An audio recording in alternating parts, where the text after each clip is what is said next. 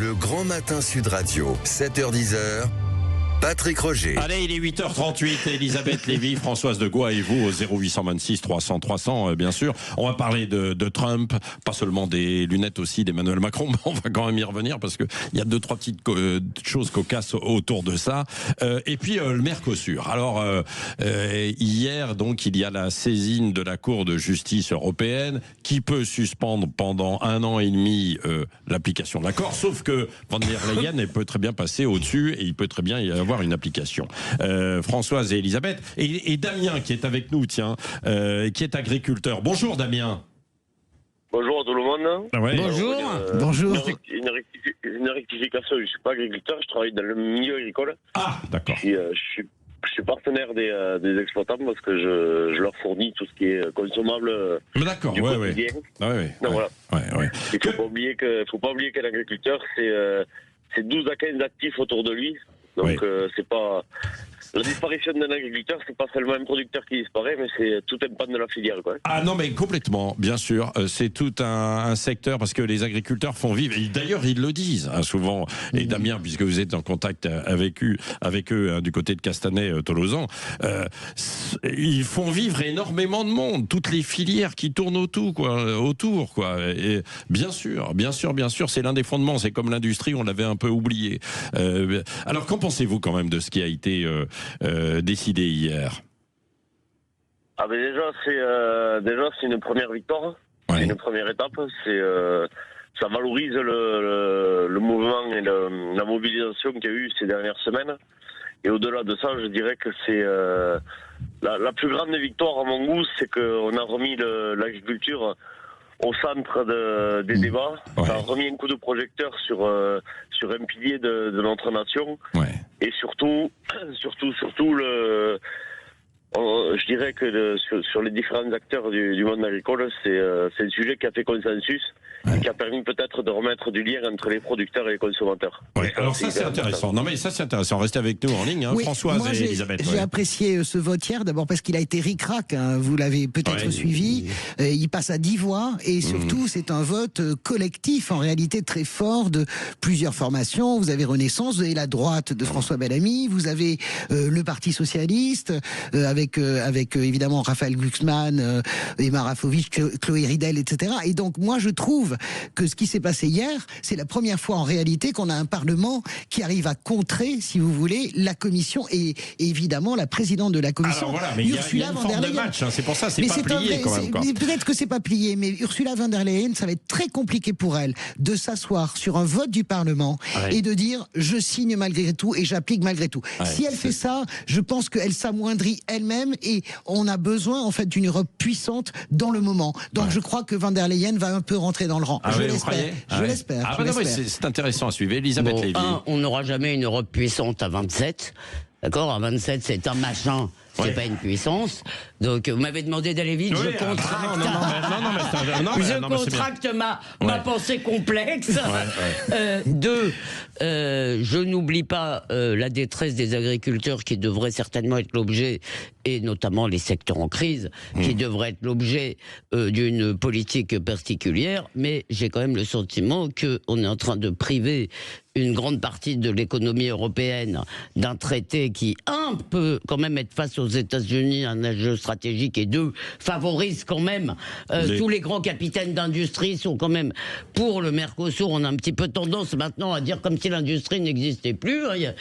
Donc ça, c'est quand même un problème. Mais trois, là où je rejoins Françoise, c'est que Madame von der Leyen se croit patronne d'une Europe fédérale. Il est temps qu'elle comprenne qu'elle n'est là que par la grâce des gouvernements qui eux-mêmes sont là par la grâce des peuples, et qu'elle arrête de se prendre pour la présidente de l'Europe. Donc le camouflet infligé à Madame von der Leyen, je dis bravo et merci. Elle, ça ne va pas du tout. Parce mais que c'est pas, le feuilleton n'est pas terminé. Mais ne soyons pas trop hypocrites avec le Mercosur, parce que on fait ça pour dire aux agriculteurs on vous aime.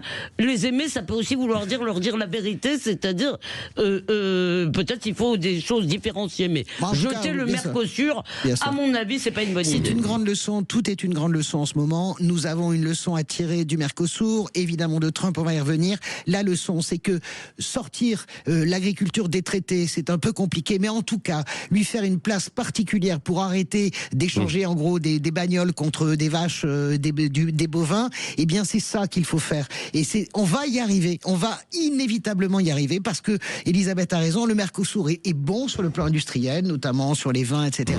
Mais il peut provoquer la mort d'une filière. Sur les vins, attention. Si, les spiritueux. Sur les grands vins, sur quelques grands vins, mais c'est pas. Bien sûr, et sur les spiritueux. Il y a des vins argentins. Bien sûr, les vins du Nouveau Monde. Bon, d'ailleurs. Non, les vins du Nouveau Monde sont des vrais concurrents pour nous, mais ça, c'est pas le sujet. Le sujet, c'est vraiment comment est-ce qu'on fait pour mettre une place à part de l'agriculture dans les grands traités internationaux. Et où sont les vaches? Où seront les vaches? Oh là là, je suis tellement triste. Du salon, un salon de l'agriculture sans vaches, Patrick. En tout cas, c'est vrai, il y a des leçons. Il y a des leçons. Et est-ce qu'il y a quelqu'un hier qui était à Davos qui a dit les Européens ont fait la queue pour aller se faire gifler par Trump à Davos. Vous trouvez que ça correspond? Écoutez, c'est l'un de vos amis, Françoise Degas. Je vous dirai qui après. Vous pouvez me dire qui vous voulez. C'est Philippe Aghion. Mais non, c'est pas mon ami, Philippe Aghion. Je le connais bien. C'est un prix Nobel d'économie plutôt de gauche. Oui, bien sûr. Il n'est pas ami avec tous les gens de gauche. Et puis on peut être de gauche et dire d'énormes conneries. Vous savez, moi la première d'ailleurs. Mais en tout cas, non, pas vous, jamais. Jamais. Mais je veux dire par là que Philippe Aghion raconte n'importe quoi. C'est-à-dire qu'il y a personne. Mais personne s'est fait gifler. Personne s'est fait gifler hier à Trump. Tout le monde a distribué des baffes. On pouvait se demander est-ce qu'il y avait un adulte dans la pièce quand même à un certain moment. On se disait est-ce qu'il y a des adultes dans la pièce. Mais tout le monde s'est fait gifler. Non, alors attendez.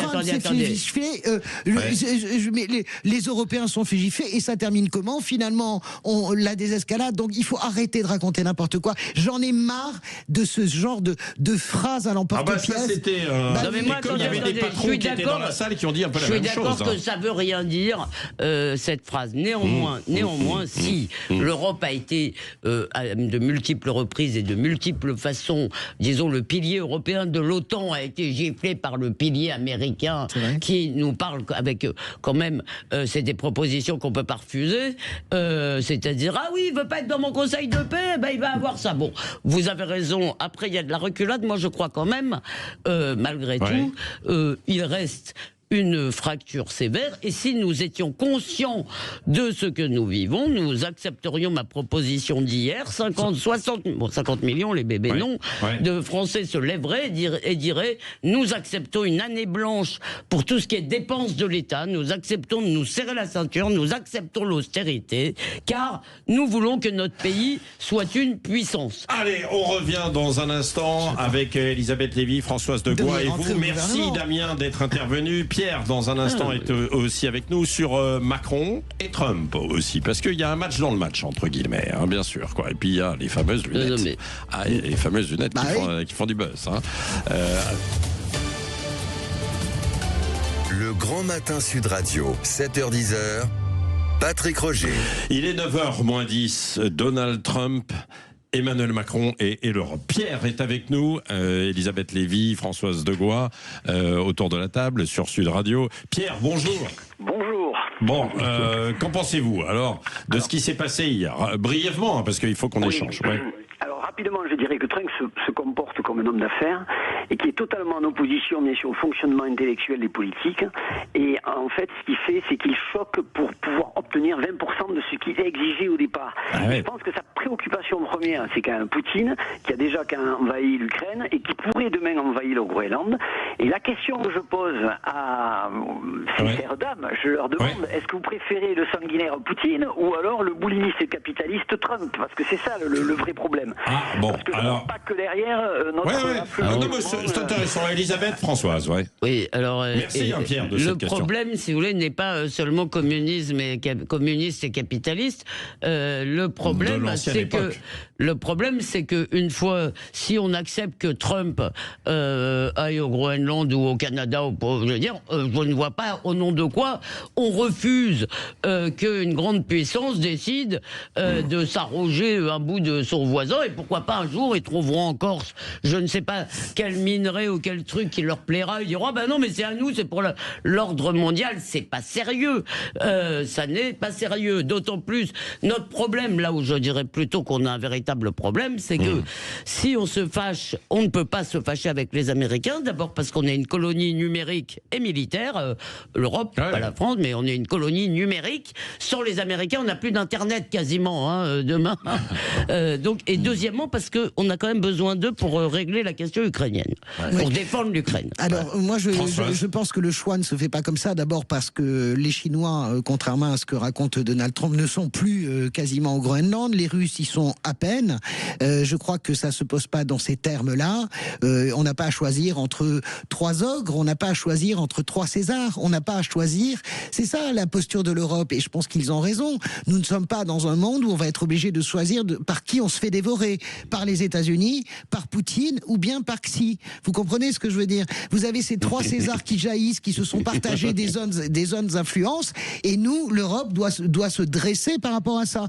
Et je trouve que dans le concert, elle s'est très bien dressée.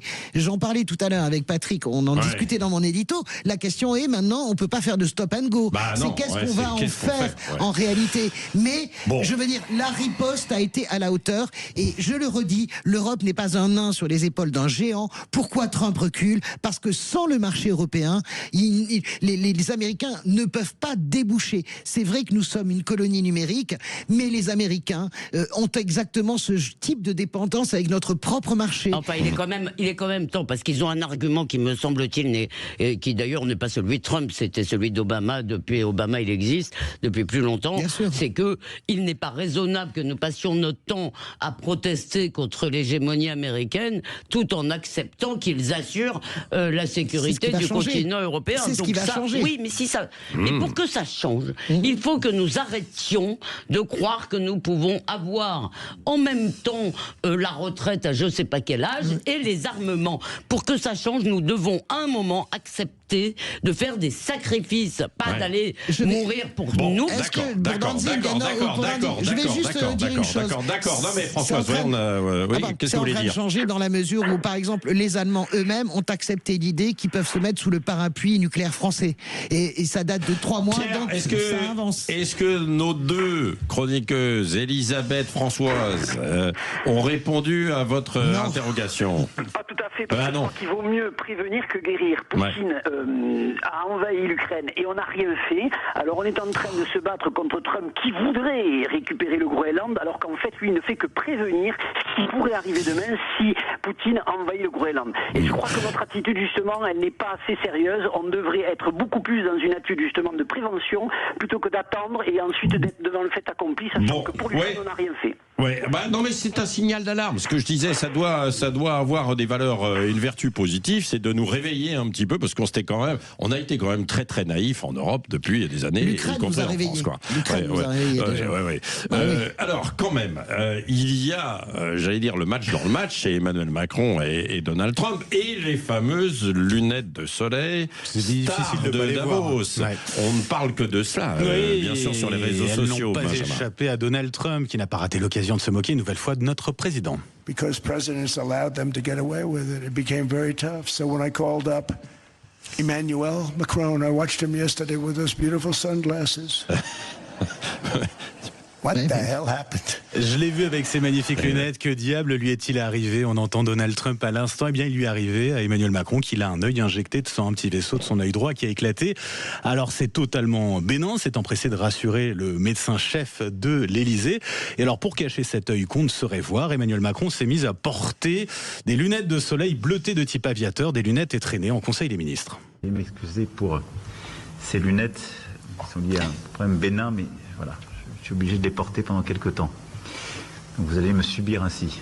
Et ces lunettes, c'est d'une made in France puisqu'elles ont été fabriquées dans le Jura par la maison Henri Julien, une entreprise passée sous pavillon italien, certes, mais la production est bien française. Le PDG du groupe raconte, on a déjà des clients qui demandent le même modèle. Oui, le modèle, en l'occurrence, ce sont des Pacific S01, un modèle doublé en or, vendu à combien d'euros, 600 balles à peu près.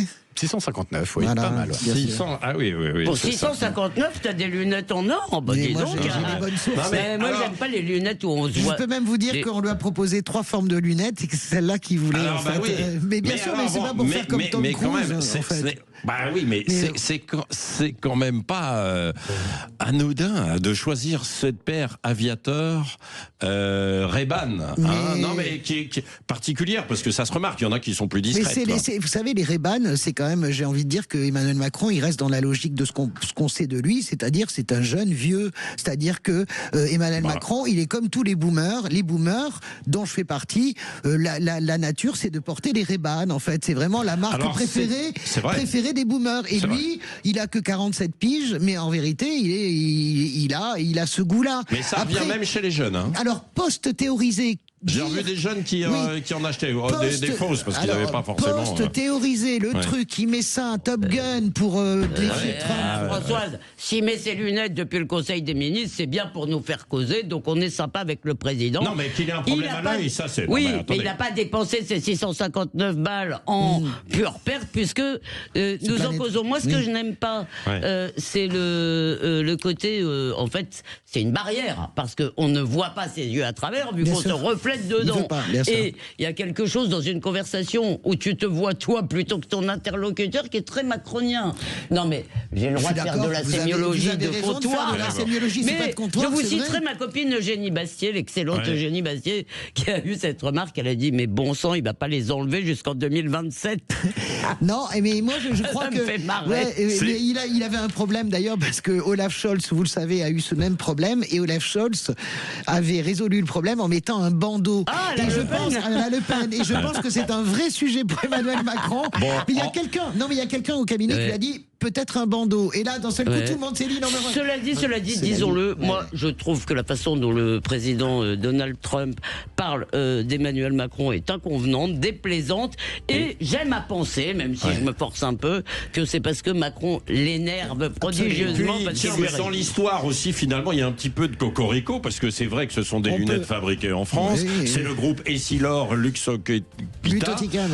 C'est une fusion entre les deux grands pour sauver, qui cartonne quand même dans le monde. Vous savez, alors moi, ce qui m'a interrogé, c'est peut-être que derrière ces lunettes, aujourd'hui, ils sont en train de développer les nouvelles lunettes, les mêmes, mais avec de l'intelligence artificielle. Vous pouvez avoir en fait du streaming. Je me suis demandé si Emmanuel Macron, ça c'est vraiment s'il n'avait pas du streaming en même temps, effectivement, il regardait.